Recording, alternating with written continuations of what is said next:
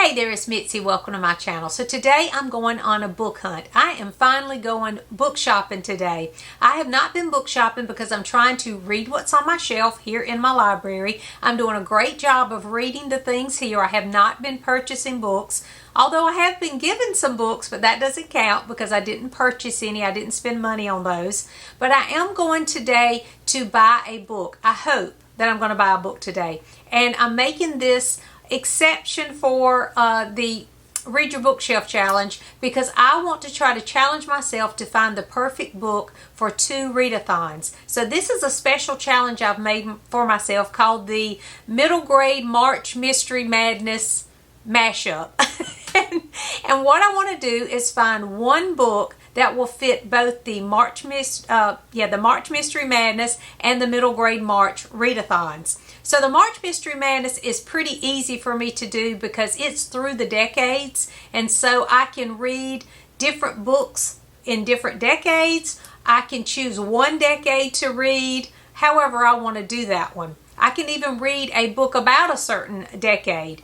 But for that one, it'll be pretty easy because what I'm going to do is I'm going to first look at the prompts for Middle Grade March, and then I will figure out which decade I will use for the mystery part of it. And I looked on my shelf and I have a lot of mysteries that are series because we want it to be a series. We want it to try to fulfill all of these prompts. So we want it to have an author that has 3 names, flowers on the cover, part of a series, involves some sort of travel, and that it was published in the 1900s. And it's a mystery. Keep that in mind. So I looked over my shelf and I have Nancy Drew, which I love. I'm sure I could find, well, I know of one that could work. Larkspur Inn, I think is what it's called. Is that what it's called? No, it's Larkspur Lane and Lilac Inn. They probably have flowers on it. I'm sure that there's a Nancy Drew with flowers on the cover. However, it is written by a pen name, Carolyn King. Those are only 2 names. So I'm not going to go with Nancy Drew, and I'm not going with the Hardy Boys because it's not 3 names.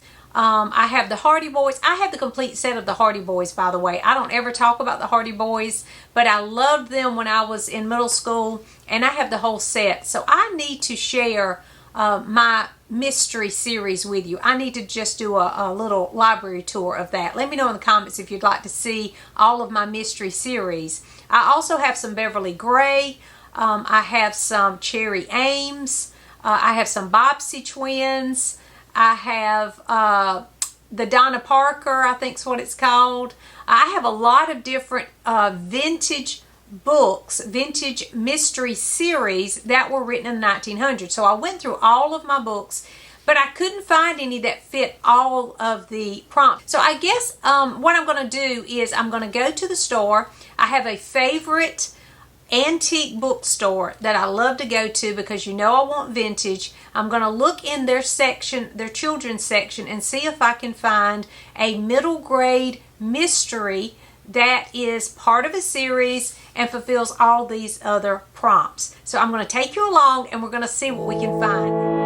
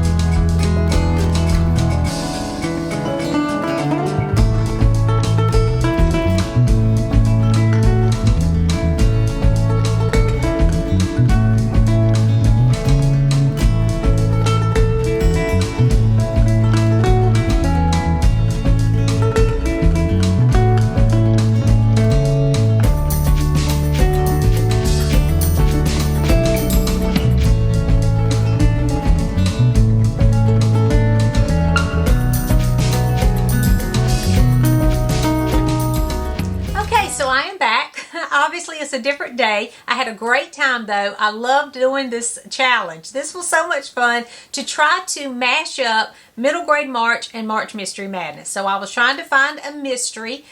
It was very easy to find one for March Mystery Madness because it's pretty much a mystery through the decades. So I could either read books all from the same decade, or I could read through the decades. So that made it a lot more flexible.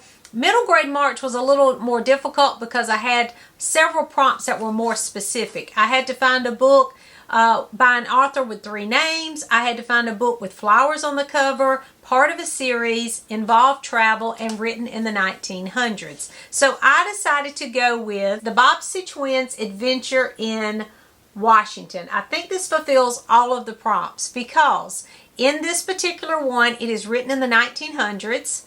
We have an author with 3 names, Laura Lee Hope. This is part of a series. It is a mystery. It involves travel. There's flowers on the cover because you can see the cherry blossoms on the trees. And so this one fulfills every prompt for Middle Grade March, as well as fulfilling a mystery for March Mystery Madness. I'm very proud of myself. It was a lot more difficult than I thought it would be. Now, I didn't go but to my favorite. It's like an antique bookstore. I love it.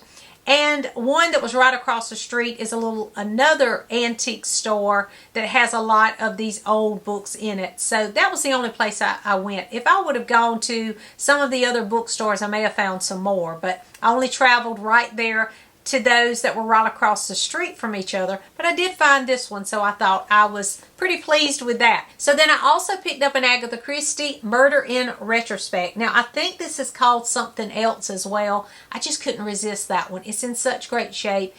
And Agatha Christie's hard to come by. You can't find a lot of these used books, but they had a whole stack of great looking Agatha Christie paperbacks in this particular bookstore. So I just had to have one. I was tempted and I fell for it. So anyway, I did buy that. And then, of course, the Bobbsey Twins. So are you participating in March Mystery Madness or Middle Grade March? And let me know what you're reading right now. Thanks for watching, and I'll see you soon.